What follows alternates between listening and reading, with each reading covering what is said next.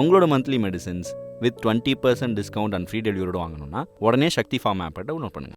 தமிழ்நாட்டில் பாஜக எந்த அளவில் வளர்ந்து இருக்கிறது என்பதை மக்களவை தேர்தல் முடிவுகள் காட்டிவிடும் என மதிமுக முதன்மை செயலாளர் துரை வைகோ தெரிவித்துள்ளார்.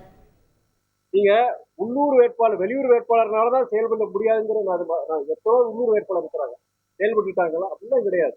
நீங்க மக்களுக்கு சேவை ஆற்றுங்கிற அந்த அது உங்க மனசுக்குள்ள அந்த வேட்கை இருந்துச்சுன்னா கண்டிப்பா நீங்க செயல்பட முடியும். அதான் சொல்றேன் நானு.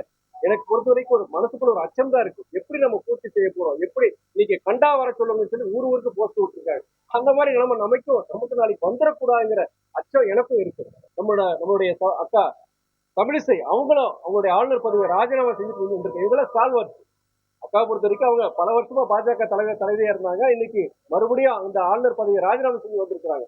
இன்னைக்கு பாஜகவின் நம்பிக்கை நட்சத்திரமா பார்க்கப்படுகிற ஒரு அண்ணாமலை இன்னைக்கு தேர்தல் களத்துக்கு வந்திருக்கிறாரு. வரவேற்கத்தக்கது. இந்த தேர்தல் முடிவுகள் பொறுத்த வரைக்கும் பாஜக தமிழ்நாடு எவ்வளவு வளர்ந்திருக்கு, அண்ணாமலையால் எவ்வளவு வளர்ந்திருக்கு கண்டிப்பா தெரிய போகுது. உங்களோட monthly medicines with 20% discount and free டெலிவரியோட வாங்கணும்னா உடனே சக்தி ஃபார்ம் ஆப்பை டவுன்லோட் பண்ணுங்க.